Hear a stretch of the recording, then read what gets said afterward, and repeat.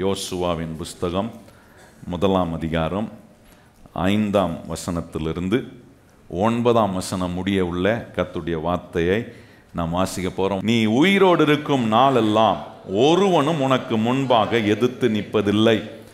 நான் மோசேவோடு இருந்தது போல உன்னோடும் இருப்பேன். நான் உன்னை விட்டு விலகுவதும் இல்லை, உன்னை கைவிடுவதும் இல்லை. பலன் கொண்டு திடமனதாயிரு.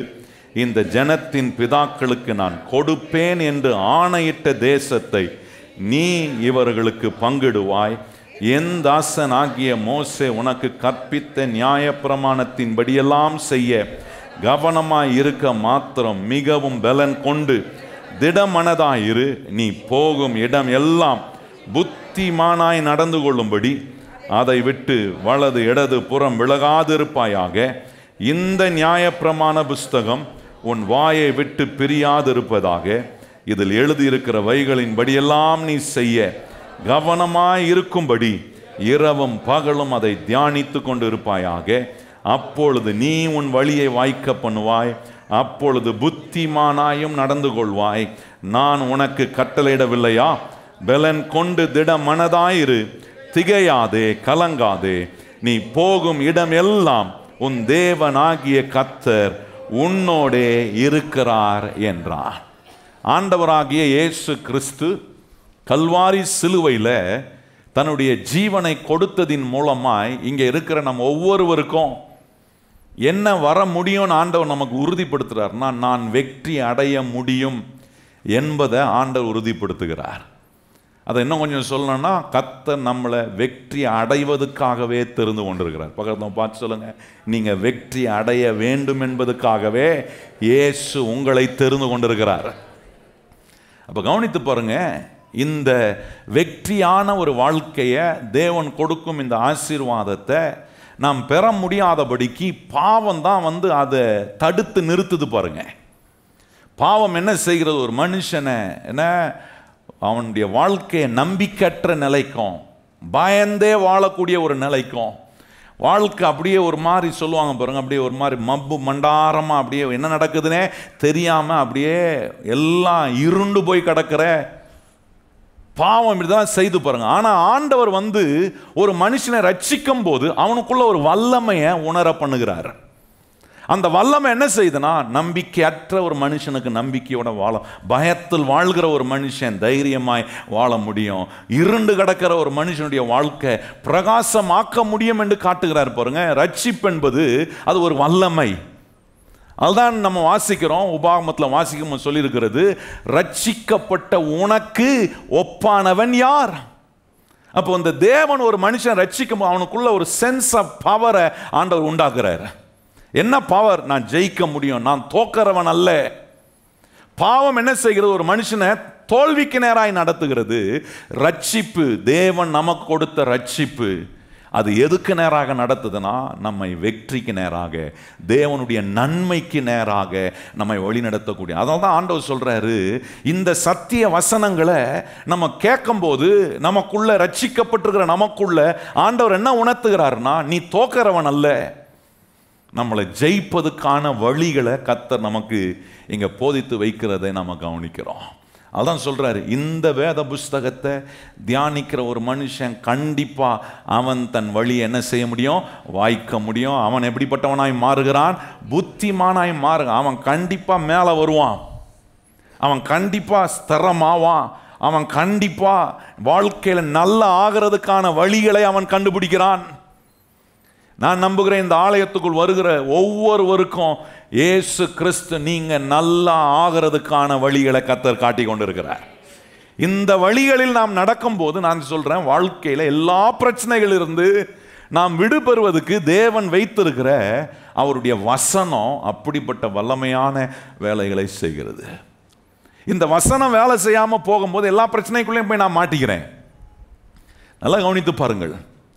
அப்போ ஒரு மனுஷன் கடன் படுகிறான் அல்லது கடனின் பிரச்சனைக்குள்ள அவன் மாட்டி தவிக்கும் போது, வாழ்க்கையின் சில பிரச்சனைகளுக்குள்ள அவன் மாட்டி தவிக்கும் போது அவனுடைய வாழ்க்கை ரொம்ப மிசரபிளாக மாறுது, ரொம்ப என்ன பரிதாபமான ஒரு நிலைக்கு மாறி விடுகிறது.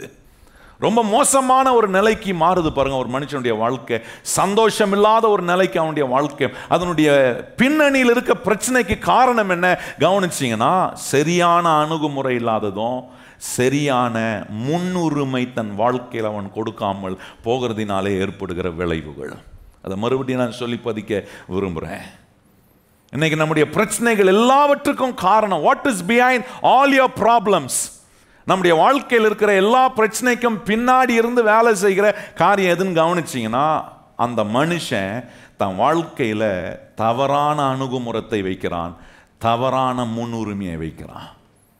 அதுதான் ஆண்டவர் சொல்றாரு, இந்த வேத வசனம் உன் வாயை விட்டு இது நல்ல முன்னுரிமை, இது நல்ல அணுகுமுறை. இதை நான் விடும்போது வாழ்க்கையில தவறான அணுகுமுறைக்குள்ள போகிறேன், தவறான முன்னுரிமைக்குள் வருகிறேன். இந்த தவறான அணுகுமுறையும் தவறான முன்னுரிமையும் என்னை எல்லா பிரச்சனைக்குள்ள கொண்டு போய் விடுகிறது. அந்த பிரச்சனையில் ஒன்று கடனில் போய் விட்டு விடுகிறது. வெளியே வர முடியல, பொருளாதார ஆசீர்வாதத்தை நான் அனுபவிக்க முடியல. அப்ப கவனித்து பாருங்க, இதுல இருந்து நான் விடுவிக்கப்பட கர்த்தர் எனக்கு வைத்திருக்கிற இந்த சத்தியங்களை நான் கேட்கவும் அதை கேட்டதை எடுத்து என் வாழ்க்கையில் கை கொள்ளும் போது நான் விடுவிக்கப்படுகிறேன். 5 சத்தியங்களை நான் உங்களுக்கு சொல்லி கொண்டிருக்கிறேன்.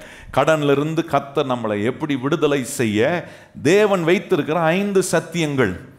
முதலாவது ஆண்டவர் சொல்றார், 3 காரியத்தை நீ அறிந்து கொள்ளணும். தேவன் நம்மளை எல்லா கடன்ல இருந்தும் என்ன செய்கிறார், ரத்து செய்கிறவராக இருக்கிறார். அவர் பட்சபாதம் இல்லாத தேவன். அவருடைய சித்தம் நான் கடன்ல இருந்து வெளியே வரணும். இந்த 3 காரியத்தை நான் அறிந்த பிறகு ஆண்டவர் 2 காரியத்தை செய்யணுன்ற 2வது சத்தியம். அவர் சொல்றாரு, கடன்ல இருந்து எதெல்லாம் உன்னை கீழே கொண்டு போதோ, கடனுக்குள்ள ஆக்கிற காரியம் எதுவோ அதை நான் மேலும் மேலும் செய்யக்கூடாது.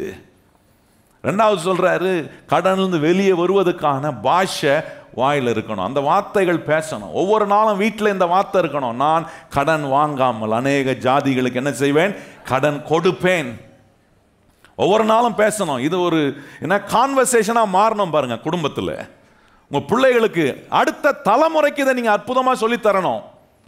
அடுத்த தலைமுறைக்கு நிறைய பெற்றோர் எதை காட்டுறாங்கன்னா, எப்படி அப்பா தந்திரமா கடன் வாங்குறாரு, எப்படிலாம் என்ன கடன் வாங்குறதுல தேர்ச்சி பெற்றவர், அப்படி காட்டக்கூடாது. கிறிஸ்தவ மக்கள் பிள்ளைகளுக்கு அடுத்த தலைமுறைக்கு காட்டணும், இல்லை கர்த்தர் நம்முடைய தேவைகள் எல்லாம் சந்திக்கிறவராக இருக்கிறார். எத்தனை பேர் கைவாதை சொல்ல முடியும்? கர்த்தர் நம்முடைய தேவைகள் எல்லாம் சந்திக்கிறார். ஒரு காரியத்தை வாங்கணுமா, அதை செய்யணுமா, கர்த்தர் அதற்கான வழிகளை திறக்கிறவராக இருக்கு. கர்த்தர் வழியை திறந்து நீங்க ஒரு காரியத்தை வாங்கினீங்கன்னா நீங்க கடனாளியா இருக்க மாட்டீங்க. கர்த்தர் உங்களை அநேக ஜாதிகளுக்கு கடன் கொடுக்கும்படி வைப்பார். அப்போ இந்த கான்வர்சேஷனை வீட்டில் உங்க பிள்ளைகளுக்கு, வளர்ந்து வருகிற பிள்ளைகள் நடுவே பேசணும். இதை கற்றுக் கொடுக்கும் போது அவங்க வீட்டில் உங்க வீட்டில் இந்த வார்த்தை இருந்து அவன் வளரும் போது அவன் சமுதாயத்துக்குள்ளும் அவனுடைய கண்ணோட்டமே வித்தியாசம். தேவ வசனத்துக்கு ஏதுவான கண்ணோட்டமோ, தேவ வசனத்துக்கு ஏதுவான முன்னுரிமையை அந்த மனுஷன், அந்த நபர், அந்த பிள்ளை தன் வாழ்க்கையில் வைப்பதை பார்க்குறோம். 3வது நம்ம கவனிச்சு ஆண்டவர் சொல்றாரு, நான் உழைப்பதும் நான் வாழ்வதும் கர்த்தர் எனக்கு நேராக தம்முடைய நல்ல பொக்கிஷ சாலை ஆகிய வானத்தை அவர் என்ன செய்கிறார், திறக்கிறார். ரொம்ப பெரிய ஆசீர்வாதம் பாருங்க. கிறிஸ்தவர்களுக்கு மேல கர்த்தர் வானம் பூட்டப்பட்டிருக்க கூடாது. வேதம் சொல்லுகிறது, வானம் வெண்கலமாகவும் பூமி இரும்பா இருக்கக்கூடாது. எங்க ஒரு கிறிஸ்தவன் இருக்கிறானோ அங்க தேவ தயவு உண்டாகணும். தேவன் அங்கே இறங்கி காரியங்களை செய்கிற ஒரு அற்புதம் நடக்கணும். அந்த கிறிஸ்தவன் கை வைப்பதெல்லாம் வாய்க்கக்கூடிய ஒன்றாங்க. எத்தனை பேர் அப்படி இருக்கணும்னு விரும்புறீங்க? நான் கை வைக்கிறதெல்லாம் வாய்க்கணும், ஏன்னா இந்த சத்தியத்தை கை கொள்றேன். ஏன்னா புத்திமானா கர்த்தர் மாற்றுகிறாரு. 4வது கவனிச்சோம், எப்படி கடன்லேருந்து வெளியே வருவதற்கான வழிந்தோடுதலை நம்முடைய வாழ்க்கைக்குள்ள, வாழ்க்கை முறை எப்படி மாத்துற, வாழ்க்கையில் ஒரு பெரிய கோல்டன் ரூலை கர்த்தர் நமக்கு சொல்லி கொடுக்குறாரு. இதெல்லாம் ஒரு மனுஷன் செய்யும் போது நிச்சயமா அவனுடைய வாழ்க்கையிலிருந்து வெளியே, கடன்லேருந்து வெளியே வருவதற்கான வழிந்தோடுதல், ஒரு பெருக்கம் அவனுடைய வாழ்க்கைக்குள்ள உண்டாக முடியும். 5வது சத்தியத்தை நம்ம கவனிச்சோம் போன வாரம். அதில் சொல்லியிருக்கு, ஒரு விசேஷித்த ஜெபத்தை நம்ம செய்யணும் பாருங்க. அப்படின்னா you have to build a memorial thing that will bring you out from your debts. உங்கள் கடன்ல இருந்து உங்களை வெளியே கொண்டு வருவதற்கான ஒரு நினைவு காரியமாய் ஒரு காரியத்தை உங்கள் வாழ்க்கை முன்பாக எப்பவுமே வைக்கணும். அந்த காரியத்தை எப்படி வைக்கிறேன்? ஜெபத்தின் மூலமா, என் ஜெபத்தில் விசுவாசத்தை பயிற்சிப்பிக்கிறதன் மூலமா. அன்னாளுடைய ஜெபத்தை நம்ம கொர்நேலியாவை கவனித்தோம், அன்னாளுடைய ஜெபத்தை கவனித்தோம். அன்னாள் என்ன ஜெபிக்கிறாள்? ஆண்டவர்கிட்ட ஒரு விசேஷித்த ஜெபத்தை ஏறெடுக்கிறா பாருங்க. ஏராள முறை அவ ஜெபித்திருக்கிறா. ஆனா அவளுக்கு தெரியுது ஆண்டவரிடத்துல எப்படி ஜெபிக்கணும், விசுவாசம் வேலை செய்யக்கூடிய விதத்தில் நான் ஜெபிக்க வேண்டும் என்று அறிந்தபோது அவள் ஆண்டவர்கிட்ட சொல்றா, ஆண்டவரே, நீர் எனக்கு ஒரு குமாரனை கொடுத்தால் அந்த பிள்ளை உயிரோடு இருக்கும் நாளெல்லாம் உமக்குரிய பிள்ளையாய் அவன் வாழ்வான். அப்போ கவனிச்சுப்பாங்க. இன்னைக்கு நான் ஒரு காரியத்தை அதிலிருந்து சொல்ல விரும்புகிற இன்னொரு சத்தியம். அதில் ஆண்டவர் சொல்கிறாரு, நான் என்னுடைய கடன்லேருந்து வெளியே வருவதுக்கான விதத்தில் ஒரு நினைவு சின்னமாக எதை கட்டணும்னா, போன வாரம் காண்பித்தேன், ஒரு ஸ்பெஷல் ப்ரேயர், விசேஷித்த ஜெபம். என் ஜெபம் கர்த்தர் கேட்கப்படுற ஜெபம் மாத்திரமல்ல, என் ஜெபத்தை கர்த்தர் நினைவு கூறுகிற ஜெபமாய் மாறுது. கையை உயர்த்தி சொல்லுங்க, என் ஜெபத்தை கர்த்தர் கேட்கறது மாத்திரமல்ல, என் ஜெபம் கர்த்தரால நினைத்தருளப்படுகிற, அதான் memorial prayer. God remembers your prayer. God not only answering your prayer, உங்க ஜெபத்துக்கு பதில் கொடுக்கிறவர் உங்க ஜெபம் நினைத்தருளப்படுகிற ஒரு ஜெபமாய் மாறும்போது நான் சொல்றேன், கண்டிப்பா உங்களை கர்த்தர் கடன்லேருந்து விடுவிக்கணுமா, பிரச்சனையிலேருந்து விடுவிக்கணுமா, விடுவிப்பதுக்கான வேலைகளை செய்கிறார். இன்னைக்கு இன்னொரு காரியத்தை நம்ம கவனிக்கணும். அதில் என்னன்னா, ஆண்டவர் சொல்றாரு, எப்படி ஒரு மனுஷன் தன்னுடைய வாழ்க்கையில் கடனிலிருந்து வெளியே வருவதற்கான ஒரு நினைவு சின்னமாக ஒரு காரியத்தை வாழ்க்கை முன்பாக வைக்கணும்னா, ஆண்டவர் சொல்கிறாரு, ஒவ்வொரு மனுஷனும், ஒவ்வொரு ரட்சிக்கப்பட்ட பிள்ளையும் தன் மனசுக்குள்ளே இப்படிப்பட்ட ஒரு மெமோரியலான ஒரு காரியத்தை கட்டணும் பாருங்க. அது என்னன்னா, ஆண்டவர் சொல்கிறாரு, நான் தேவனுக்காக வாழ்கிறேன், தேவனை மகிமைப்படுத்துவதற்காக வாழ்கிறேன். கையை உயர்த்தி சொல்லுங்க, நான் தேவனுக்காக வாழ்கிறேன், தேவனை மகிமைப்படுத்துவதற்காக. யூசுவலாக பாருங்க, மனுஷனுடைய ஸ்பாபம்னா தனக்காக மாத்திரம் தான் வாழ்வான். இது மனுஷனுடைய ஸ்பாபம். எங்கேருந்து வந்துச்சு அந்த ஸ்பாபம்? பாவம் மனுஷனுக்குள்ள வந்த உடனே மனுஷன் என்னவாயிட்டானா, தனக்காக மாத்திரம் சுயநலமா வாழ்றவனா மாறிடுறான். ஆனா ரட்சிப்பு உள்ள வந்த உடனே பாவத்தின் வல்லமை அது மேற்கொள்ளுது. பாவத்தின் வல்லமையை மேற்கொள்ளும் போது எனக்கு ஒரு மெமோரியலை கர்த்தர் என் முன்னாடி கொண்டு வந்து நிற்க வைக்கிறாரு. ஏன் என்ன கடன்லேருந்து கர்த்தர் வெளியே கொண்டு வரணும், ஏன் என்ன பிரச்சனைலேருந்து ஆண்டவர் வெளியே எனக்கு முன்பாக ஒரு மெமோரியலான ஒரு காரியத்தை கட்டுறேன். அது என்னன்னா, நான் தேவனுக்காக வாழ்றவன், தேவனை மகிமைப்படுத்துவதற்காக வாழ்றேன். கையை உயர்த்தி சொல்லுங்க, நான் யாருக்காக வாழ்றேன்? தேவனுக்காக வாழ்றேன், தேவனை மகிமைப்படுத்துவதற்காக வாழ்றேன்.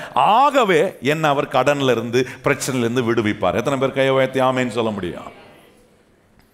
அப்போ வாழ்க்கைக்கான அர்த்தத்தை ஒரு மனுஷன் புரிந்து கொள்ளும் போது அவன் என்னைக்குமே தனக்காக வாழ்றவனா இருக்க மாட்டான்.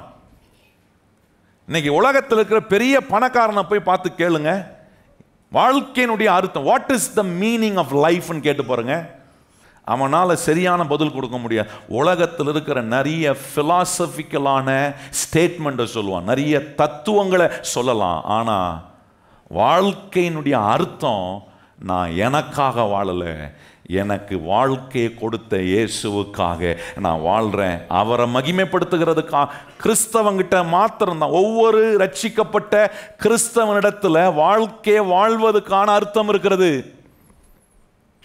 நான் சொல்லுகிறேன், இங்கே இந்த ஆலயத்துக்குள் இருக்கிற நம்ம ஒவ்வொருவருக்கும் வாழ்க்கையை வாழ்வதற்கான அர்த்தத்தை கர்த்தர் நம்ம கொடுத்துருக்கிறார். பக்கத்தில் பார்த்து சொல்ல, நீங்கள் வாழ்வதற்கான வாழ்க்கையின் அர்த்தத்தை கர்த்தர் உங்களுக்கு கொடுத்துருக்கிறாரு.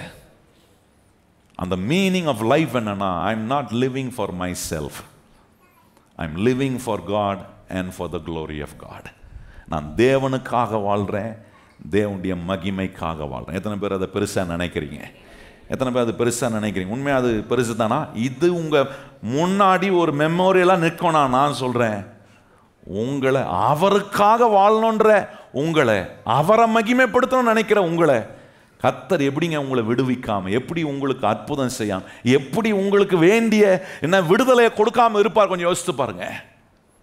நிறைய நேரம் அந்த ப்ரையாரிட்டி, அதான் சொன்ன பார்த்தீங்களா, தவறான அணுகுமுறை, தவறான முன் உரிமை வரும்போது அது எல்லா பிரச்சனைக்கும் காரணமாய் மாறுகிறது. வாழ்க்கையில் இன்னைக்கு நம்முடைய அணுகுமுறையும் நம்முடைய முன் உரிமையும் கொஞ்சம் முக்கியப்படுத்தணும். என் அணுகுமுறை என்ன, என் முன் உரிமை என்ன? நான் தேவனுக்காக வாழ்றவன், தேவனை மகிமைப்படுத்துவதற்காக வாழ்க்கை சொல்லுங்க, நான் தேவனுக்காக வாழ்றேன். இதை ஒவ்வொரு நாளும் நினைக்கணும். ஒவ்வொரு நாளும் இது ஒரு மெமோரியலான ஒரு காரியமா நினைவிடம்ன்றாங்க. பார்த்தீங்களா? ஆமாவா இல்லையா? கல்லறைக்கு போனால் நிறைய நினைவிடம் பார்க்கலாம். என்ன பண்ணுவாங்க? ஆள் போனால் கூட சொல்லுங்க, என்ன பார்த்தது இல்லையா? ஆள் போனால் கூட ஆளுடைய நினைவாக என்ன பண்ணுறாங்க? கட்டுறாங்களா இல்லையா? கல்லறை தோட்டம் கட்டுறாங்களா இல்லையாங்க? எல்லாம் நீங்கள் என்னமோ வேற உலகத்துலேருந்து வந்து உட்கார்ந்த மாதிரி இருக்கீங்க. அங்கே போய் என்ன பண்ணுறாங்க? நினைத்து பார்க்குறாங்க. அந்த கல்லறையை பார்த்தோன்னு என்ன வருது? யார் நாம வர்றாரு? அந்த கல்லறைகிட்ட போனவொடனே ஏசுநாதர் நாம வர மாட்டார். அந்த கல்லறைகிட்ட போன யார் ஞாபகம் வரும்? இறந்து போனவங்க ஞாபகம். ஆண்டவர் சொல்றாரு, இன்னைக்கு அப்படிப்பட்ட விதத்தில் வாழ்க்கைக்கு முன்பாக முன்னுரிமை, வாழ்க்கையின் அணுகுமுறை, ஆண்டவரே என்னுடைய மெமோரியல் என்னன்னா, நான் I am living for God, I am living to glorify God.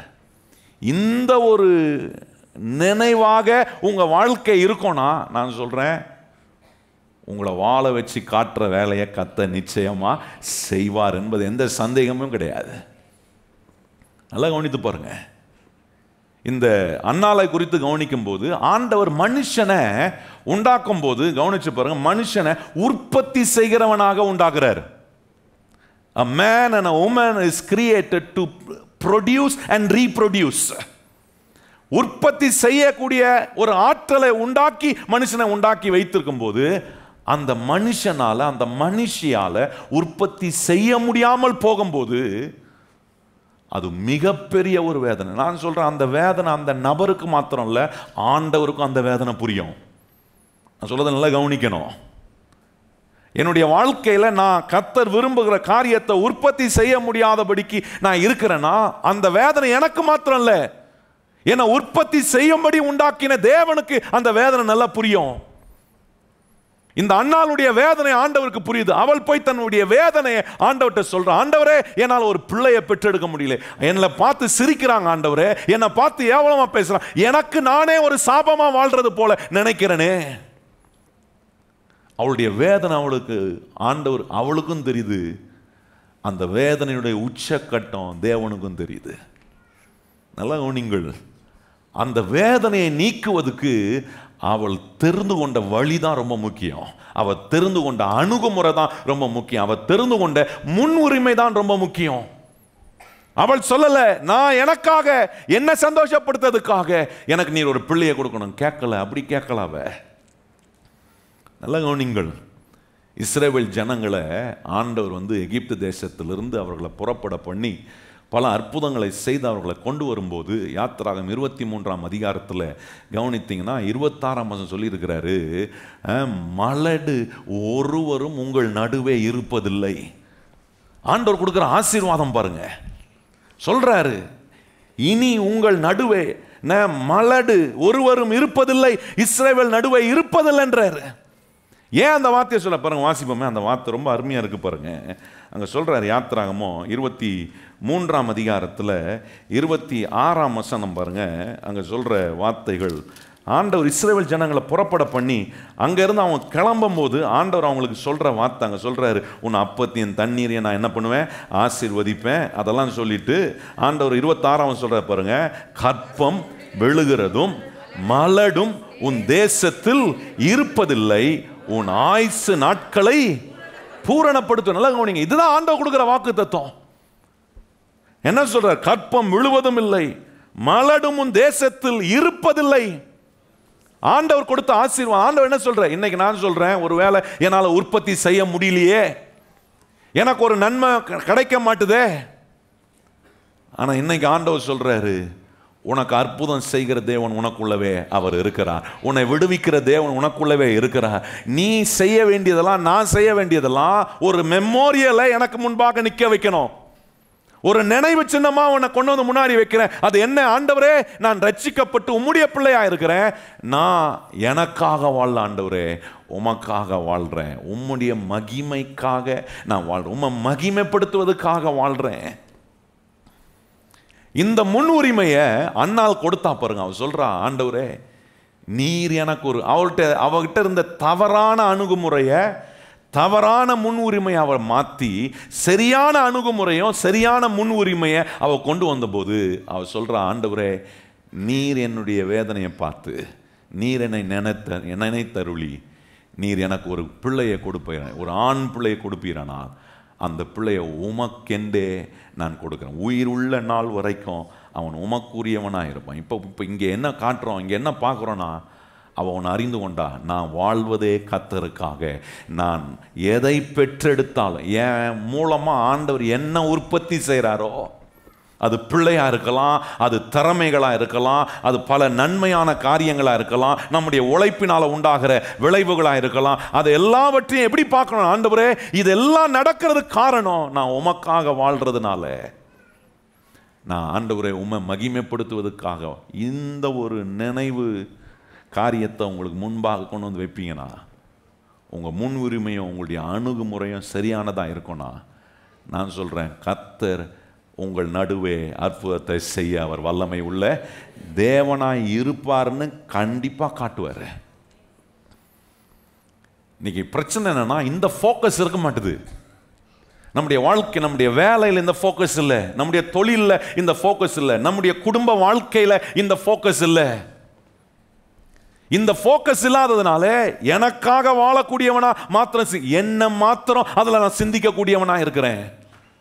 ஆண்டவர் சொல்ல, இல்லை இல்லை, நீ உனக்காக வாழல, நீ எனக்காக வாழல. கையை உயர்த்தி சொல்லுங்க, ஆண்டவரே நான் எனக்காக வாழல, உமக்காக. அதுதான் பவுல் சொல்ல, இனி ஜீவிப்பது, சொல்லுங்க நல்ல கையை உயர்த்தி, இனி ஜீவிப்பது நான் அல்ல, நான் யாருக்காக ஜீவிக்கிறேன், கிறிஸ்துவே என்னில்.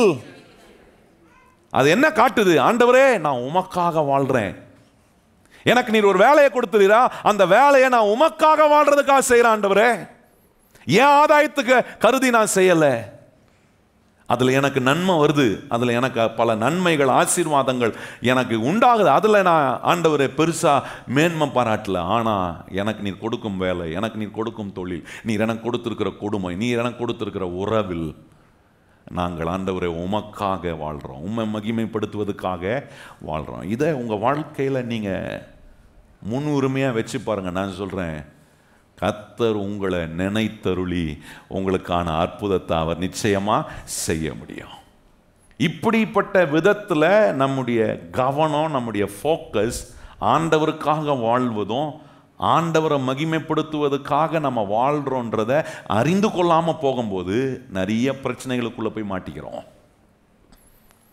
இன்னைக்கு ஜனங்கள் ஏன் கடனில் போய் மாட்டிக்கொள்கிறார்கள், ஏன் இன்னும் நிறைய பிரச்சனைகளுக்குள்ளே போய் மாட்டி வாழ்க்கையில் ஒரு நிம்மதி இல்லாமல் இருண்டு போய் கிடக்கிற ஒரு வாழ்க்கையாக இருக்கிறது காரணம் என்ன, நம்மிடத்தில் இருக்கக்கூடிய அந்த ஆம்பிஷன் இருக்கு பாருங்க. ஆம்பிஷன் தப்பு கிடையாது, ஆனால் அது தவறான விதத்தில் அது மாறும்போது அது நம்மளை தவறான விதங்களில் நமக்காக மாத்திரம் வாழ வைக்கக்கூடியவர்களாய் மாற்றிடுது. அது தேவனுக்காக வாழ்கிற ஒரு நிலை போய் விடுகிறது. ஒரு மனுஷன் கடன் வாங்குறான் பாருங்க, ஒரு மனுஷன் ஒரு காரியத்தை வாங்குறான், கடன் பட்டு வாங்குறான். ஏன் வாங்குறான் யோசிச்சு பாருங்க. அவன் தன்னை மாத்திரமா தான் யோசிக்கிறான். ஏன் தன்னை மாத்திரம் யோசிக்கிறானா, அவன் எப்படி யோசிக்கிறான், என்ன எப்படி மற்றவங்க முன்னாடி நல்லா இருக்கிற மாதிரி காட்டிக்கலாம். நான் சொல்றது நல்லா கவனிக்கணும். இன்னைக்கு நிறைய பிரச்சனைக்கு காரணம் நம்ம என்ன நினைக்கிறோம், மற்றவங்க முன்னாடி நல்லா வாழ்றத காட்டணுமே, மற்றவங்க முன்னாடி நம்ம நல்ல வசதியாக இருக்கிற மாதிரி காட்டணும், மற்றவங்க முன்னாடி நம்ம நல்ல என்ன ஊரில் சொல்லுவாங்க ஜோராகிறாருமா, ரொம்ப ஜோராகிறாரு, அப்படி ஜோரா காட்டிக்கிறது. ஆண்டவர் கேட்குற, உன்னை யார் ஜோரா காட்ட சொன்னது?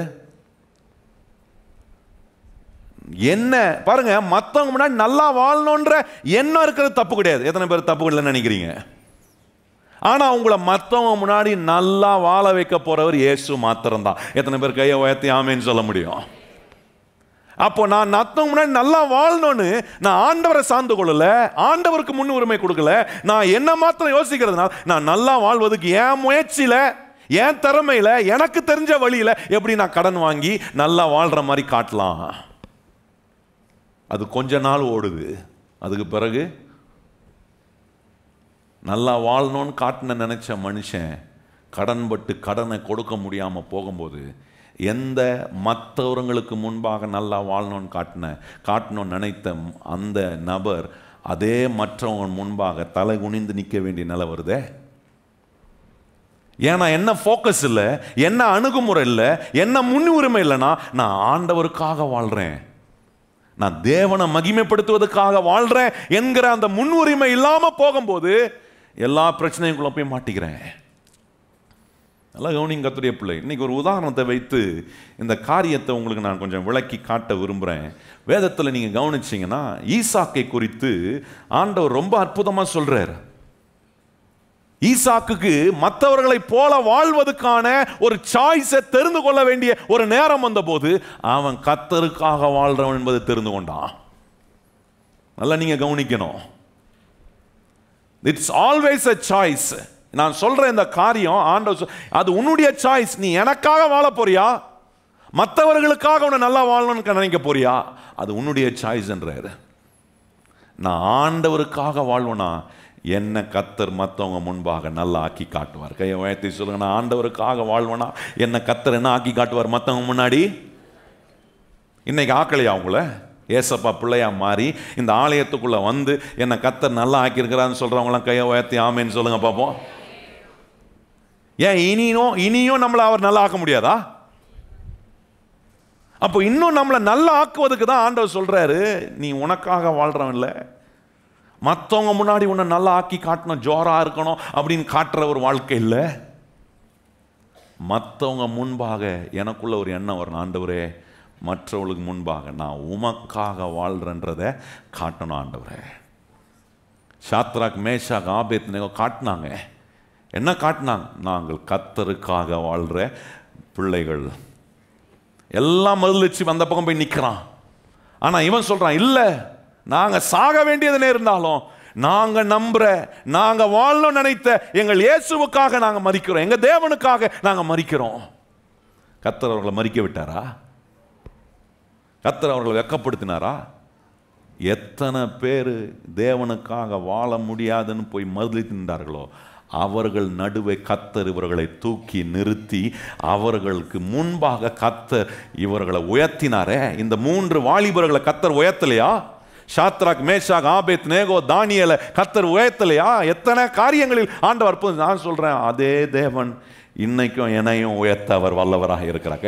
இன்னைக்கும் எனக்கும் அந்த உயர்வை கொடுக்க. அப்போ நம்முடைய அணுகுமுறையும் நம்முடைய முன்னுரிமையும் ரொம்ப முக்கியம். Your approach and your priority is very important for your life. அது காட்டும் நீங்க உங்க வாழ்க்கையின் அர்த்தத்தை விளங்கி இருக்கிறீங்களா? Have you understood the meaning of life? வாழ்க்கையின் அர்த்தத்தை விளங்கிட்டேன்னா எனக்கு தெரியும், நான் எனக்காக வாழல, நான் கர்த்தருக்காக வாழ்றேன், அவரை மகிமைப்படுத்துவதற்காக நான் வாழ்றேன். ஈசாக்குடைய வாழ்க்கையை கவனிச்சிங்கன்னா அங்கே அவனுக்கு ஒரு சாய்ஸ் இருக்கு. இன்னைக்கும் நமக்கும் நிறைய சாய்ஸ் இருக்குங்க. இந்த உலகத்தில் நீங்கள் தேவனுக்காகவும் வாழலாம், மற்றவர்களுக்கு முன்பாக உங்களுடைய அறிவுக்கு எட்டின மாதிரி நீங்கள் நல்லா ஆக்கி காட்டணும்னு உங்கள் திறமையை சார்ந்தே நீங்கள் வாழலாம். அது உங்களுடைய சாய்ஸ். நான் என்னை சார்ந்து வாழ்கிறவன்ல, என்னை ரட்சித்து எனக்கு ஆண்டவராக இருக்கிற இயேசுவுக்காக வாழ்கிறேன். கையை வைத்து எத்தனை பேர் சொல்ல முடியும்? என்னை ரட்சித்து என்னை வாழ வைக்கிற இயேசுவுக்காக நான் என்ன பண்ணுறேன்? இதை ஒரு மெமோரியல் மாதிரி நம்ம முன்னாடி வந்து நிற்கணும். டெய்லியும் நாம் வரணும். வெளியே போகும்போது சொல்லணும், இன்னைக்கு இயேசுவுக்காக வாழ்கிறேன், இன்னைக்கு இயேசுவை மகிமைப்படுத்த நான் வெளியே போகிறேன், இன்னைக்கு என் வேலையை செய்கிறேன் இயேசுவுக்காக வாழ, இயேசுவை மகிமைப்படுத்த நான் வாழ்கிறேன். இப்படி செஞ்சு பாருங்களேன். நான் சொல்கிறேன், உங்களை கர்த்தர் அந்த இடத்துல நீங்கள் இருப்பதை காட்டிலும் எவ்வளோ அதிகமாக உங்களை உயர்த்தி உங்கள் வாழ்க்கையின் மூலமாக அவர் எப்படி மகிமைப்படுவார்ன்றதை நீங்கள் பார்க்க, உங்களை எல்லா சிக்கல்லேருந்தையும் வெளியே கொண்டு வருவார். ஈசாக்குடைய வாழ்க்கையை கவனிச்சிங்கன்னா ஒரு பஞ்சம் ஏற்படுது. வாழ முடியாத ஒரு சூழ்நிலைகள் அவனுக்கு முன்பாக வருது. எல்லாம் வாழ்வதற்கான இடத்தை தேடி ஓடுகிறான். அந்த நாட்களில் எகிப்துக்கு ஓடுகிறார்கள். ஏன்னா எகிப்துக்கு போனால் வாழ்ந்தெல்லாம் அங்கே நம்ம பொழைச்சிக்கலாம் அப்படின்னு நினைக்கிறார்கள். இப்போ அங்கே ஓட பார்க்கும்போது இவனும் அந்த சாய்ஸை மனசுக்குள்ள நினச்சிக்கிட்டு ஈசாக்கும் ரெடி ஆயிட்டான். என்ன ரெடி ஆயிட்டான்? நான் போகலாம், நம்மும் போய் அங்கே அவர்களோட எகிப்தில் போய் வாழலாம். அப்போ ஆண்டவர் அவனோட இடைப்பட்டு அவனுக்கு சொல்கிற வார்த்தைகளை நீங்கள் கவனிக்கணும். பாருங்கள், அங்கே 2ஆம் வசனம் நாங்கள் சொல்லியிருக்கிறது, கர்த்தர் அவனுக்கு தரிசனமாகி.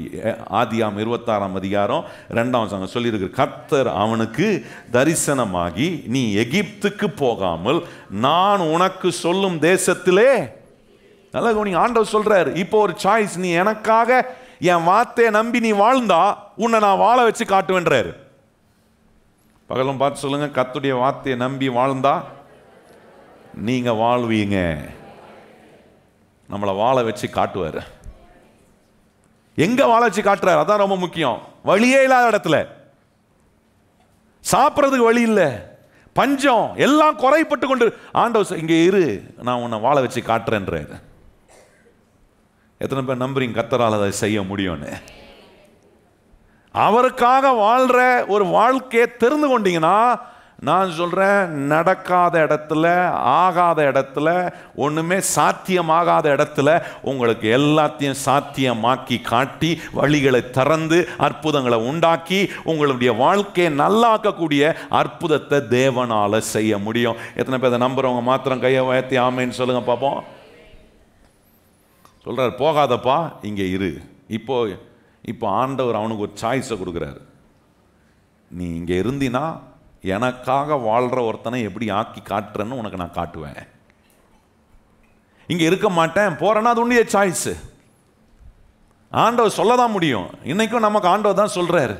ஒருவேளை நீங்கள் நினைக்கலாம், வாழ்க்கையின் சூழ்நிலையில் இப்படி இருக்க, என்னத்தை செய்ய போகிறேன், எப்படி நடக்க போகுது, எப்படி இந்த காரியங்கள் மாறப்போகுது, இதை விட்டு தொலைஞ்சிடலாம், இதை முடிச்சிடலாம் அப்படின்னு நீங்கள் நினைத்து வந்து கூடிய ஒரு நாளாக இன்னைக்கு இருக்கும்னா, நான் சொல்கிறேன், கர்த்தர் இன்னைக்கு ஒன்று பார்த்து சொல்கிறாரு, எல்லாம் முடிந்தது நீ நினைக்கிற, கர்த்தர் சொல்கிறார், எல்லாத்தையும் புதுசாக அவரால் ஆக்க முடியும் என்பதை கர்த்தர் இன்றைக்கு நிரூபிக்கிறார். எத்தனை பேர் நம்புகிறோம்? கையை உயர்த்தி ஆமேன்னு சொல்லுங்க. ஈசாக்கு நம்பினாங்க. என்ன நம்பினான் தெரியுமா? நான் எனக்காக வாழல, என்னை இந்த இடத்துக்கு கொண்டு வந்தவர் கர்த்தர்.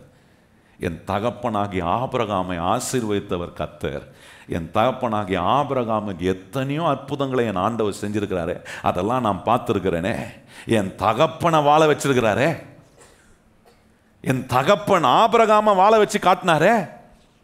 இந்த தேவன் என்ன வாழ வச்சு காட்டுறதுக்கு நான் அவருக்காக வாழணுன்ற சாய்ஸை தெரிந்து கொள்ளணும்னு அவன் தீர்மானித்ததினால வேதம் சொல்லுது, அவன் எகிப்துக்கு போகாமல் கேராகிலேயே அவன் என்ன செய்தானா, அங்கே குடியிருந்தான். குடியிருந்து அந்த 12ஆம் வசனம் சொல்லியிருக்க பாருங்க, ஈசாக்கு அந்த தேசத்தில் விதை விதைத்தான், கர்த்தர் அவனை ஆசீர்வதித்ததினால் அந்த வருஷத்தில் 100 மடங்கு பலன் அடைந்தான். அடுத்த வசனம் பாருங்க, அவன் ஐஸ்வர்யவானாகி வர வர விருத்தி அடைந்து மகா பெரியவனானான். இங்க ஒன்றும் சொல்லல வேதம், அவன் தன்னை நல்லா ஆக்கி காட்டுறதுக்கு மற்றவங்க முன்னாடி நல்லா ஆக்கி காட்டுறது யார்கிட்டயோ போய் கடன் வாங்கினா, அவங்க உதவியை நாடினா, இவங்க உதவியை நாடினா கிடையாதே. கர்த்தரை நம்பி கர்த்தர் என்னை வாழ வைப்பார், நான் அவருக்காக வாழ்கிறேன், அவரை மகிமைப்படுத்துறதுக்காக வாழ்கிறேன்னு இருந்த ஒரு மனுஷனை ஆண்டவர் என்ன ஆக்கினாராம் பாருங்க, வர வர அவனை விருத்தி அடைய செய்து அவனை மகா பெரியவன் என்ன மாதிரி டெவலப் பண்றாரு பாருங்க. பக்கத்தில் பார்த்து சொல்லுங்க, உங்களை ஆண்டவர் டெவலப் பண்றது மிக மேன்மையாக இருக்கும். டெவலப்லாம் அவரை மிஞ்சிக்க முடியாது. நம்ம ஆண்டவர் மாதிரி நம்மளை டெவலப் பண்ண யாராலையுமே முடியாது. கையை வச்சு சொல்லுங்க, நம்மளை ஆண்டவர் மாதிரி யாரையாலையும். எவ்வளோ பேர் என்ன உலகத்திலே ரொம்ப நல்லவங்க இருந்து உங்களுக்கு உதவி செஞ்சால் கூட நான் சொல்கிறேன், இயேசு உங்களுக்கு உதவி செய்து உங்களை டெவலப் பண்ணுற மாதிரி யாராலையும் என்ன பண்ண முடியாது. இங்கே காட்டினார் பாருங்க, ஒரு மனுஷனை தனக்காக வாழணும்னு ஆண்டவர் சொன்ன வார்த்தையை நம்பி இருந்த ஒரு மனுஷன், எங்கேயும் போய் கடன் வாங்காம, எங்கேயும் போய் கையேந்து நிற்காம, யாரையும் சார்ந்து வாழாம, கர்த்தரை சார்ந்து வாழ்ந்த இந்த ஈசாக்குக்கு கர்த்தர் செஞ்ச அற்புதத்தை பாருங்க. அவனை ஆண்டவர் என்ன மாதிரி ஆக்கினார்னா, அவனை விருத்தி அடைய செய்து மகா பெரியவன் ஆக்கினார். கர்த்தர் டெவலப் பண்ணார்னா உங்களை மகா பெரியவன் ஆக்குவார். கையை வச்சு சொல்லுங்க, கர்த்தர் என்ன டெவலப் பண்ண என்ன ஆக்குவார், மகா பெரியவனா. அந்த மகா பெரியவன் ஆகிற வரைக்கும் விட மாட்டார். பகலும் பார்த்து சொல்லுங்க, உங்களை மகா பெரிய ஒரு பாத்திரமாக அவரை மகிமைப்படுத்துகிறதுக்காக வாழ்கிற வரைக்கும், உங்களை ஆக்கிற வரைக்கும் கர்த்தர் என்ன செய்ய மாட்டார்? விடவே மாட்டார். நீங்கள் அவருக்காக வாழணும்னு தெரிந்து கொண்டீங்கன்னா இப்படி டெவலப் பண்ணுவாருங்க. இந்த மாதிரி டெவலப் பண்ணுவார்.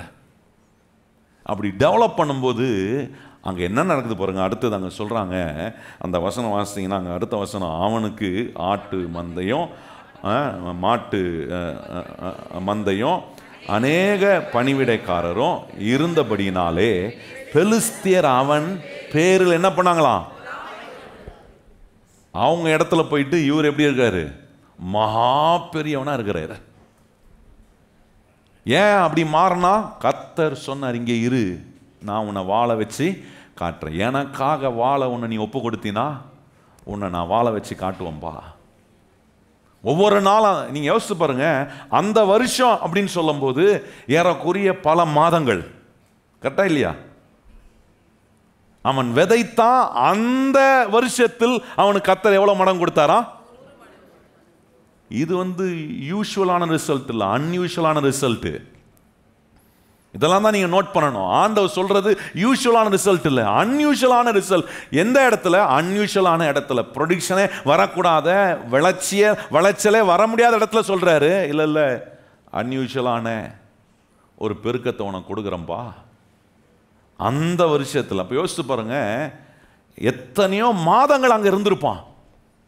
அத்தனை மாதமா நான் நினைக்கிறேன் அவன் உள்ளத்தில் சொல்லியிருப்பான், ஆண்டவரே நான் உம்முடைய வார்த்தையை நம்பி உமக்காக வாழ்கிறேன். ஆண்டவரே நீர் என்னை வெட்கப்படுத்த மாட்டீர், என்னை நிச்சயமாக உமக்கு மகிமையான பாத்திரமா வெப்பீர் என்பதை தன்னுடைய மனசுக்குள்ளேயும் அதை நான் மறுபடியும் நினைத்து அதை ஒரு மெமோரியலான ஒரு காரியமாக அவனுக்கு முன்பாக வச்சு அதை பார்த்து அவன் விதைச்சான் பாருங்க. கர்த்தர் சொல்றாரு, அவனுக்கு 100 மடங்கு பலனை கொடுத்து அவனை மகா பெரியவன் ஆக்கி அங்க இருக்கிற பெலிஸ்தியர்கள் என்ன பண்ணார்களாம்? அவன் மேல பொறாமைப்படக்கூடிய அளவுக்கு. நல்லா கவனித்து பாருங்க கர்த்தருடைய பிள்ளை, எப்படி ஒரு மனுஷனை ஆண்டவர் டெவலப் பண்றார் பாருங்க. எந்த சூழ்நிலையில் டெவலப் பண்றார்? நான் சொல்றேன், நம்முடைய சூழ்நிலையை சொல்லி ஆண்டவர்கிட்ட பெருசா பேசக்கூடாது. ஆண்டவரே என் சூழ்நிலை எப்படி இருக்கு, என் சரீரம் எப்படி இருக்கு ஆண்டவரே, என் நிலைமை எப்படி இருக்கு ஆண்டவரே, எனக்கு என்ன செய்யறதுன்னு தெரியல ஆண்டவரே. கிடையாது, ஆண்டவர்கிட்ட சொல்லணும், ஆண்டவரே என் சூழ்நிலை எப்படி இருக்கு, என் சரீரம் எப்படி இருக்கு ஆண்டவரே, என்னுடைய பலவீனம் எப்படி இருக்கு. ஆனா எனக்கு ஒண்ணு தெரியும் ஆண்டவரே, என்னை உமக்காக வாழ வைக்க நீர் முடியும். நீர் என்னை டெவலப் பண்ண, உமக்காக வாழ வைக்க என்ன நீர் டெவலப் பண்ணக்கூடிய தேவனா இருக்கிறீர். அவர் கையில் உங்களை டெவலப் பண்ண கொடுத்தீங்கன்னா நான் சொல்றேன், உங்களை வர விருத்தி அடைய செய்து மகா பெரியவனாய் கர்த்தர் மாட்டுவார். கையை வச்சு சொல்லுங்க, வர விருத்தி அடைய செய்து. எத்தனை பேர் நம்புறீங்க இதெல்லாம் உங்களுக்கு நடக்கும்? நம்புறீங்களா? எப்போ நடக்கும்னா வாழ்க்கையில் சரியான அணுகுமுறையும் சரியான முன் உரிமை. ஆண்டவருக்காக வாழ்கிறேன், தேவனை மகிமைப்படுத்துறதுக்காக வாழ்கிறேன். அப்படி மாறிட்டேன்னா நான் சொல்கிறேன், பஞ்சத்தில் கூட எனக்கு என் ஆண்டவர் போஷிக்க, என்னை விருத்தி அடைய செய்ய அவர் எப்படிப்பட்டவராக இருக்கிறாரு? வல்லவராக இருக்கு. யார்ட்டையும் போய் கையேந்த வேண்டியதில்லை. ஒருவேளை நான் நினைக்கிறேன் இந்த ஈசாக்கு எகிப்துக்கு போயிருந்தாலும் கையேந்திருப்பான். நீங்க கொஞ்சம் யோசிச்சு பாருங்க, அங்க போனவங்களாம் எப்படி போயிருப்பான்? கையேந்ததுக்கு தான் போறான். ஏன்னா இங்க வாழ முடியல. ஒரு தேசம் நல்லா இருக்கு, அந்த தேசத்துக்குள்ள போனா அவனை கெஞ்சி கூத்தாடி, ஆண்டவனே எஜமானனே கொஞ்சம் பார்த்து ஏதாவது பண்ணியா, கஷ்டத்தில் இருக்கிறோம், கொஞ்சம் எங்களுக்கு உதவி செய், அப்படி கெஞ்சி இன்னொருத்தன்கிட்ட போய் நிற்க வேண்டிய நிலை தான் இந்த ஈசாக்குக்கு வந்திருக்கு. கர்த்தர் சொல்ற, அப்படிலாம் உன்னை நிற்க விடுறதுக்கு எனக்கு விருப்பம் இல்லை. உன்னை வாழ வைப்பதற்கான, உன்னை டெவலப் பண்ணுவதற்கான வேலையை செய்ய நான் உன் கூட இருக்கிறேன்ப்பா. என்னை நம்பி எனக்காக வாழணும், என்னை மகிமைப்படுத்தணும், நீ வாழணும் நீ நினச்சேனா, கர்த்தர் சொல்கிறார், நீ இருக்கிற இடத்துலையே உன்னை டெவலப் பண்ணி காட்ட கர்த்தர் ஆள முடியும். சொல்ல, நம்ம இருக்கிற இடத்துல கர்த்தர் என்ன பண்ணுவார்? நிச்சயம் செய்வாருங்க. ஒவ்வொருவரையும் உங்கள் குடும்பத்தில் கர்த்தர் செய்வார், உங்கள் வேலை ஸ்தலத்தில் செய்வார், உங்கள் தொழிலில் படிக்கிற பிள்ளைகள் நான் சொல்கிறேன், உங்கள் படிப்பில் கர்த்தர் அப்படிப்பட்ட உயர்வுகளை கர்த்தர் நிச்சயமாக கொடுப்பார். ஏன்னா நான் படிப்பது அவருக்காக வாழ்கிறதுக்காக. எதை செஞ்சாலும் கிறிஸ்தவர்கள் நான் அவருக்காக வாழ்கிறேன், நான் அவரை மகிமைப்படுத்துறதுக்காக இருக்கிறேன்னு கொஞ்சம் யோசித்து பாருங்க. நான் சொல்கிறேன், அநேகர் உங்களை பார்த்து பொறாமைப்படுகிற அளவுக்கு கர்த்தர் உங்களை டெவலப் பண்ணுவார். சொல்லுங்க பக்கத்தில் பார்த்து, அநேக நம்மளை பார்த்து பொறாமைப்படுகிற அளவுக்கு. இங்கே வந்து பெலிஸ்தியம் பொறாமைப்படுறது காரணம் என்ன? தேவன் அவனை வர வர விருத்தி அடை செய்து மகா பெரியவனாக்குனார், கர்த்தர் ஆக்குனார். அவன் தன்னை ஆக்கிக்கல. இன்னைக்கு நிறைய பேர் என்ன நினைக்கிறோம், மற்றவங்க முன்னாடி நம்ம நல்ல வர வர விருத்தி மகா பெரியவன் நம்மளை காட்டிக்கணும். அப்படிலாம் ஆக முடியாது. நம்மளை டெவலப் பண்ணுறவர் ஒருத்தர் இருக்கிறாரு. அவருக்காக வாழ்கிற நம்மளை கர்த்தர் அற்புதமான விதத்தில் கர்த்தர் மாற்றுவார். எத்தனை பேர் நமக்கு அதுக்கு பிறகு எவ்வளோ பேர் நம்மக்கிட்ட என்ன வாக்குவாதம் பண்ணட்டும், முறையீடு பண்ணலையா? பொறாமைப்பட்டதுனால என்ன பண்ணாங்க? அவனுக்கு விரோதமாக நீங்கள் கவனிச்சு பாருங்கள். அவன் போய் என்ன கிணற நோண்டுறான். அவன் நோண்டுற கிணறெல்லாம் வந்து இந்த என்ன பெலிஸ்தியர்கள் வந்து அவனுக்கு எதிராக அவனுக்கு பேசி என்ன சொல்கிறாங்க, வாக்குவாதம் பண்ணுகிறார்கள். 2 கிணற நோண்டுறான், 2த்துக்கும் வாக்குவாதம் பண்ணுறான். 3வது கிணறு நோண்டும் போது வாக்குவாதம் பண்ணலை. அந்த 3வது கிணறுக்கு பேர் வைக்கிறான் ரெகபோத் என்று பேர் வைக்கிறான். என்ன அர்த்தம்? இப்போ கர்த்தர் நான் இடம் கொண்டு பெருகும்படி எனக்கு தேவன் என்ன செய்திருக்கிறாரு? உதவி செய்திருக்கிறாரு. எதிர்ப்பின் நடுவே, எதுக்கு சொல்றேன்? எதிர்ப்பின் நடுவே இடம் கொண்டு பெருக கர்த்தர் உதவி செய்வார். கையை சொல்லுங்க, எதிர்ப்பின் நடுவே என்ன பண்ணுவார் கர்த்தர்? நீங்க இடம் கொண்டு. சித்தனா இருக்கு போராடுவாங்க, ஏசேக்குக்கு போராடுவானுங்க. ஆனால் ரெகபோத்துக்கு என்ன பண்ண மாட்டாங்க? போராட மாட்டாங்க. ஏன்னா கர்த்தர் நான் இடம் கொண்டு பெருகுவதற்கான வாய்ப்பை, நான் வாழ்வதற்காக, அவருக்காக வாழ்கிறவன்றதை காட்டுறதுக்கான ஒரு அடையாளத்தை கர்த்தர் உண்டாக்குவார். அந்த வசனம் ரொம்ப அருமையாக இருக்கு பாருங்க. 22ஆம் வசனம் பாருங்க, வாசிங்க. பின்பு அவ்விடம் விட்டு பெயர்ந்து போய் வேறு ஒரு துறவியை வெட்டினான். அதை குறித்து அவர்கள் வாக்குவாதம் பண்ணவில்லை. அப்பொழுது அவன், நாம் தேசத்தில் பழுகும்படி இப்பொழுது கர்த்தர் நமக்கு இடம் உண்டாக்கினார் என்று சொல்லி, அதற்கு கர்த்தர் இடம் உண்டாக்கினார். சொல்லுங்க வாய்த்தது, யார் உண்டாக்கினார்? இந்த டெவலப்மெண்ட்லாம் யார் செய்கிறா? கர்த்தர் செய்கிறார். ஏன் செய்கிறார்? இவனுக்கு சொல்ற, நீ எனக்காக வாழணும்னு என் வார்த்தையை நம்பினா உன் வாழ்க்கையில் முன் உரிமையும் அணுகுமுறையும் சரியானதாக இருக்கும்னா கர்த்தர் சொல்கிறாரு, இடம் கொண்டு பெருகும் கூடிய வாய்ப்புகளை கர்த்தர் நமக்கு உண்டாக்குவான். அப்படிப்பட்ட ஒரு டெவலப்மெண்ட்டை கர்த்தர் நமக்கு கொடுப்பார் பாருங்க. அதுக்கு பிறகு என்ன நடந்துச்சு பாருங்க. அதில் 27ஆம் வசனம் பாருங்க. இப்படி எல்லாம் வாக்குவாதம் பண்ணிட்டு என்ன ஒன்று தெரிஞ்சு போயிடுச்சு. என்ன அங்கே அபிமெலேக்கு வந்து என்ன சொல்கிறான், உன்னை வந்து எதுனால நான் ஜெயிக்க முடியாது, உன்னை தடுத்து பார்த்தேன், ஏன்னா உன்னை வளராமுடாதபடிக்கு எதெல்லாம் உங்கள்கிட்ட இருக்கிறதெல்லாம் பிடுங்கணும்னு பார்த்தேன், முடியலை.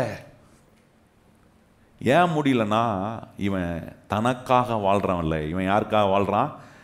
தேவனுக்காக வாழ்கிறான், தேவனை மகிமைப்படுத்துவதற்காக வாழ்கிறான். அதனால் இவன் கேட்குறான் பாருங்க 27ஆம் வசனம். அப்பொழுது ஈசாக்கு அவர்களை நோக்கி, ஏன் இடத்தில் வந்தீர்கள்? நீங்கள் என்னை பகைத்து என்னை உங்களிடத்தில் இராதபடிக்கு துரத்தி விட்டீர்களே என்றான். சொல்கிறான் பாருங்க, எத்தனை ஏன்பா திருப்பி வர, உங்ககிட்ட இருக்கக்கூடாது, எங்களுக்கு என்னை பகைத்து என்னை வளர விடாதபடி, என் வளர்ச்சியின் மேலே உனக்கு ஆசை இல்லாம எல்லாம் பண்ணியே. கர்த்தர் காட்டுறாரு, உனக்கு எதிராக வேலை செஞ்சவன் நம்ம வளரும். கர்த்தர் நம்மளை இதை நீங்கள் நல்லா கவனிக்கணும். கர்த்தர் உங்களை டெவலப் பண்ணும்போது ஒரு பாயிண்ட் ஆஃப் டைமில் உங்கள் சத்துருவையே கர்த்தர் உங்ககிட்ட வந்து சரணடையும்படி செய்கிற வல்லமையான வேலையை செய்வார். எத்தனை பேர் நம்புறீங்க அதை? ஆமென். எத்தனை பெரிய சத்துருவாரம் சரணடைய வைப்பார். யாருக்கு இதை செய்கிறாரு? தேவனுக்காக வாழணும், தேவனை மகிமைப்படுத்தணும்னு வாழ்கிற ஒரு மனுஷனுக்கு அதை ஒரு நினைவாக வைக்கிறான் பாருங்க. It's a memorial in the eyes of Isaac. ஈசாக்குடைய கண் முன்னாக ஒரு நினைவு சின்னமாக இருக்கு. என்னன்னா, நான் கர்த்தருக்காக வாழ்றவன், நான் தேவனை மகிமைப்படுத்துறவன், கர்த்தருக்காக வாழ்றவன் கர்த்தருடைய வார்த்தையை அவன் கனவீனப்படுத்த மாட்டான். கர்த்தருக்காக வாழ்றவன் கர்த்தருக்கு முன்னுரிமை கொடுக்காம இருக்க மாட்டான். கர்த்தருக்காக வாழ்றவன் கர்த்தர் சொல்றதெல்லாம் செய்யக்கூடியவனாக இருப்பான். இவன் கர்த்தர் சொல்றதெல்லாம் செஞ்சாங்க. இவனை பார்த்து எத்தனை பேர் சிரிச்சிருப்பாங்க, ஏளனம் பண்ணியிருப்பாங்க, எத்தனை பேர் பரிகாசம் பண்ணியிருப்பாங்கன்னு யோசித்து பாருங்க. ஆனாலும் கர்த்தர் எனக்கு அவர் சொல்லியிருக்கிறார், என்னை அவர் வாழ வைப்பார். நான் அவருக்காக வாழ்கிற ஒரு சாய்ஸை தெரிந்து கொண்டேன். I want to make my life more meaningful by living for this living God. இந்த ஜீவனுள்ள தேவனுக்காக வாழக்கூடிய வாழ்க்கையை வாழ்வதற்கான சாய்ஸை தெரிந்து கொண்டேன். நான் என் வாழ்க்கையை கர்த்தரை நம்பி வாழ போகிறேன். இதை கொண்டு வந்து மெமோரியலாக அவன் முன்னாடி வச்சாங்க. கர்த்தர் அவனை ஆசீர்வதிச்சார், அவனை மேன்மைப்படுத்தினார். அவனுடைய எல்லா காரியங்களையும் ஆண்டவர் அற்புதம். பாருங்க, இங்கே 28ஆம் வசனம் பாருங்க. இப்போ என்ன நடக்குது? அதற்கு அவர்கள் நிச்சயமாய், பாருங்க எப்படி சொல்றான் பார்த்தீங்களா? நீங்க கர்த்தருக்காக வாழ ஒரு வாழ்க்கை வாழ ஆரம்பிச்சீங்கன்னா, நான் சொல்றேன், ஒரு நாள் சத்துருவே வந்து சொல்லுவான், நிச்சயமா உன்னை ஆசீர்வதித்தது உன் கர்த்தர் தான்ப்பா என்று சொல்ற ஒரு சாட்சி நமக்கு வருங்க. பயப்படாதீங்க. இன்னைக்கு நிறைய பேர் எதிர்க்கிறதுனால, இன்னைக்கு ஏதோ ஒரு பெரிய சிக்கல்ல பிரச்சனை இருக்கிறதுனால பயந்து போகாதீங்க. அங்க இருந்தும் நீங்க சூஸ் பண்ண வேண்டிய ஒன்று எது? நான் கர்த்தருக்காக வாழ்றேன், கர்த்தரை மகிமைப்படுத்துவதற்காக நான் வாழ்றேன். அங்க சொல்றான் பாருங்க, அதற்கு அவர்கள் நிச்சயமாய் கர்த்தர் உம்மோட கூட இருக்கிறார் என்று கண்டோம். ஆகையால் எங்களுக்கும் உமக்கும் ஒரு ஆணை ஏற்பட உண்டாக வேண்டும் என்று நாங்கள் நிர்ணயம் பண்ணினோம். நாங்கள் உம்மை தொடாமல் நன்மையே உமக்கு செய்து உம்மை சமாதானத்தோட அனுப்பி விட்டது போல நீரும் எங்களுக்கு தீங்கு செய்யாதபடிக்கு உம்மோடு உடன்படிக்கை பண்ணிக்கொள்ள வந்தோம். நீர் கர்த்தராலே ஆசீர்வதிக்கப்பட்டவராமே என்றார்கள். உடன்படிக்கை உண்டாது பாருங்க. என்ன உடன்படிக்கைப்பா? உன்னை வாழ வைக்கிற ஆண்டவர் மெய்யானவர்ப்பா. நீ அவருக்காக வாழணும்னு நினைக்கிறிய? ஐயோ, அவர் மெய்யான கடவுள். அவரை எதிர்த்து நாங்கள் ஒன்றுமே செய்ய முடியாது. நாங்கள் உன்னை எதிர்த்து எதாவது பண்ணலாம்னு நினச்சோம். ஆனால் நீ அவருக்காக வாழ்கிற ஒரு மனுஷனாக இருக்கிற, அவரை மகிமைப்படுத்தணுன்ற மனுஷனார். அதனால் உன்னோட நாங்கள் எந்த தொந்தரவும் பண்ண விரும்பல. உன்னால் எங்களுக்கு எந்த பிரச்சனையும் வரக்கூடாது. ஏன்னா உன்னோட இருக்கிற கர்த்தர் மெய்யானவர், உன்னை ஆசீர்வதிக்கிற தேவன் மெய்யானவர், நீ நம்புகிற ஆண்டவர் நிஜமானவர் என்று சொல்லி வந்து இந்த ஈசாக்கோட அபிமலைக்கும் அவனுடைய கூட்டமும் வந்து உடன்படிக்கை செய்து கொள்கிறார்கள். யோசித்து பாருங்க, ஒரு சாதாரண ஒரு மனுஷனாக இருந்த ஈசாக்க கர்த்தரை நம்பி கர்த்தருக்காக வாழணுன்ற சாய்ஸை, அந்த முன்னுரிமையை எடுத்த ஒரு மனுஷனை கர்த்தர் எப்படியெல்லாம் மாத்துறாருன்னு கொஞ்சம் செக் பண்ணுங்க. நீங்கள் உங்கள் வாழ்க்கையில் இப்படிப்பட்ட முன்னுரிமையை நீங்கள் கொடுத்து பாருங்க. நான் சொல்கிறேன், இந்த தேவன் ஒருவர் உங்களை வாழ வைத்து காட்ட வாழ. நீங்கள் என்ன நினைக்கக்கூடாது, நான் மற்றவங்க நல்லா வாழ்கிறதுக்கு என்ன பண்ணலான்னு நீங்கள் வழியை தேடக்கூடாது.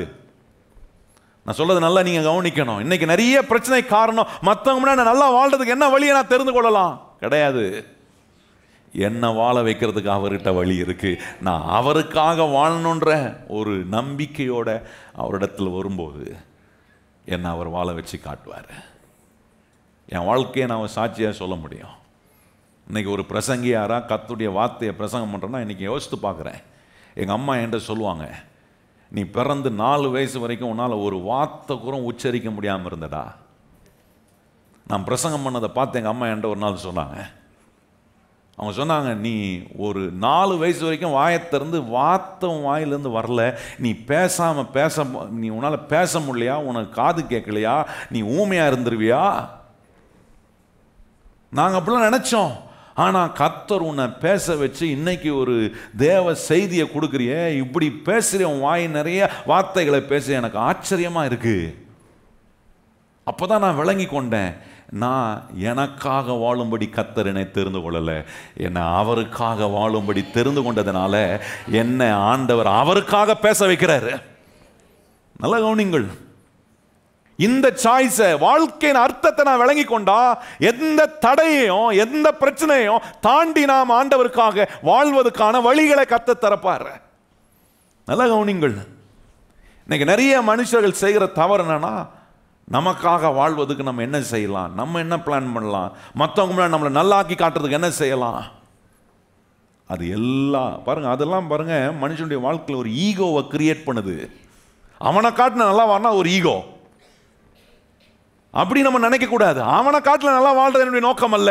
நான் என் ஆண்டவருக்காக எல்லாரும் முன்பாக நான் நல்லா வாழ வேண்டும். என் ஆண்டவர் மகிமைப்படணும். அநேகர் என்னை பார்க்கிறவர்கள் கேட்கணும், உன்னோட இருக்கிற தேவன் யார் என்று கேட்கக்கூடிய அளவில் நான் வாழணும். இந்த ஈசாக்கை பார்த்து சொல்றாங்களே, உன்னோட இருக்கிற கர்த்தர் உன்னை மெய்யாகவே ஆசீர்வதித்திருக்கிறார் என்று சொல்ற அந்த ஒரு சாட்சி உள்ள வாழ்க்கையை வாழ்றதுக்கு நான் தெரிந்து கொள்ற ஒரு நினைவு காரியமாக என்ன நான் யோசிக்கிறேன், என் வாழ்க்கையின் அர்த்தம் என்னன்னா, நான் எனக்காக வாழ்கிறவன் இல்லை, மற்றவங்களுக்கு முன்பாக நான் நல்லா வாழணும்னு சுயநலமாக யோசிக்கிறவன் இல்லை, நான் கர்த்தருக்காக வாழ்கிறவன், கர்த்தரை மகிமைப்படுத்துவதற்காக வாழ்கிறேன்.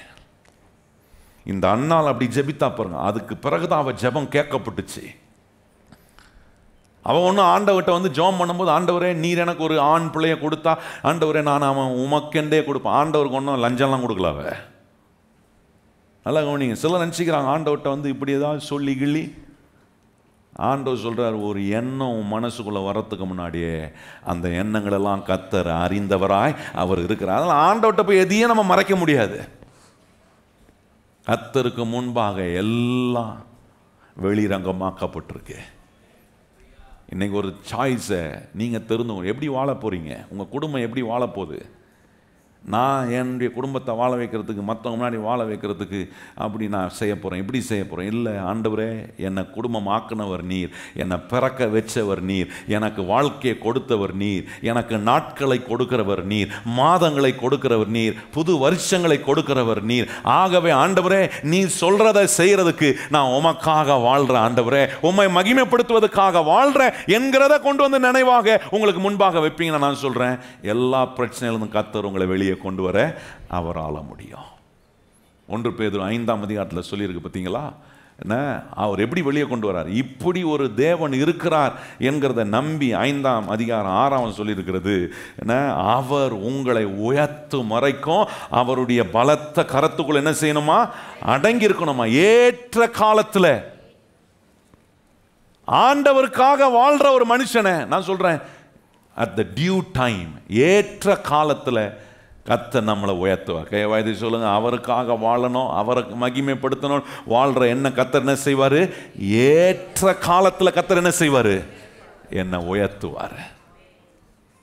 நான் அதுக்கு முன்னாடி நான் என்ன எப்படி நல்லா ஆக்கிக்கணும், மற்றவங்க முன்னாடி என்ன நல்லா எப்படி காட்டுறது அப்படின்னு நான் திட்டம் போடக்கூடாது. ஆண்டவரே எனக்கு ஒரு டியூ டைமை நீர் வச்சிருக்கிறீர், நீர் எனக்கு ஒரு ஏற்ற காலத்தை வச்சிருக்கிறீர், நான் உம்மை மகிமைப்படுத்த வாழ்கிறேன். ஆண்டவரே நான் உமக்காக வாழ்கிறேன் என்று வாழ்கிற ஒரு மனுஷனால் என்ன அவனுடைய வாழ்க்கையில் இம்பாசிபிலிட்டி இருக்காதுங்க. சகலத்தையும் பாசிபிளாக எல்லாத்தையும் கர்த்தர் சாத்தியமாக்குவார். கையை வாய்த்தி சொல்லுங்க, எல்லாத்தையும் கர்த்தர் என்னாக்குவார்.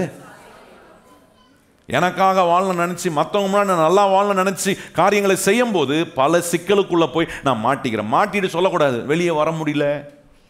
சிலர்லாம் கடனில் போய் மாட்டிக்கிட்டு இந்த மாதிரி மற்றவங்க நல்லா வாழணும்னு காட்டுறேன்னு சொல்லிட்டு போய் பண்ணிவிட்டு கடல்ந்து வெளியே வர அவனை மாட்டிக்கிட்டு சொல்லுவாங்க சிலர், யாரோ எனக்கு பில்லி சூனியம் வச்சுட்டான் சூனியம் நான் எனக்கே வச்சுக்கிட்டேன். நான் சொல்ல புரியுதா உங்களுக்கு? யாரை வைக்க வேண்டியதில்லை. சிலர் அப்படி தான் சொல்லுவாங்க, ஜோம் பண்ணுங்க பாஸ்டர், கடன்லேருந்து வெளியே வரவே முடியல, எவனோ போய் எனக்கு மாந்திரீக கட்டு பண்ணியிருக்கான். என்னது மாந்திரீக கட்டு? மண்ணாங்கட்டி கட்டு தான் அது. நமக்கு நம்மளே பண்ணிக்கிட்டு பிசாசு காட்டிட்டான். ஆண்டவர் சொல்றார், மனம் திரும்பி உன்னுடைய வாழ்க்கையினுடைய முன்னுரிமையை மாத்து, உன் அணுகுமுறையை மாத்து. நான் ஆண்டவருக்காக வாழ விரும்புறேன், நான் ஆண்டவரை மகிமைப்படுத்த விரும்புறேன்னா நான் சொல்றேன், இந்த தேவன் இன்னைக்கும் நமக்கு உதவி செய்ய அவர் வல்லமை உள்ள கர்த்தராய் இருக்கிறார். ஏன்னா நம்மளை அவருக்காக வாழ வைக்கிறது நம்ம விரும்புறதை காட்டிலும் அவர் அதிகமாக அதை விரும்புகிறார். எத்தனை பேர் எழும்பி நின்று இருக்கிற இடத்துல சொல்ல விரும்புறீங்க, ஆண்டவரே நாங்கள் வாழ்கிறது உமக்காக வாழ்கிறோம், உம்மை மகிமைப்படுத்துறதுக்காக வாழ்கிறோம், எங்களை ஏற்ற நேரத்தில் சொல்லுங்கள் வாயத்திறந்து, எங்களை ஏற்ற நேரத்தில் நீர் உயர்த்துவீர். சொல்லுங்கள் வாயத்திறந்து, எங்களை ஏற்ற நேரத்தில் கர்த்தாவே நிச்சயமாய் நீர் உயர்த்துவீர். இதை நம்பி ஒவ்வொரு நாளும் ஈசாக்கு கர்த்தரை நம்பி வாழ்ந்தான்.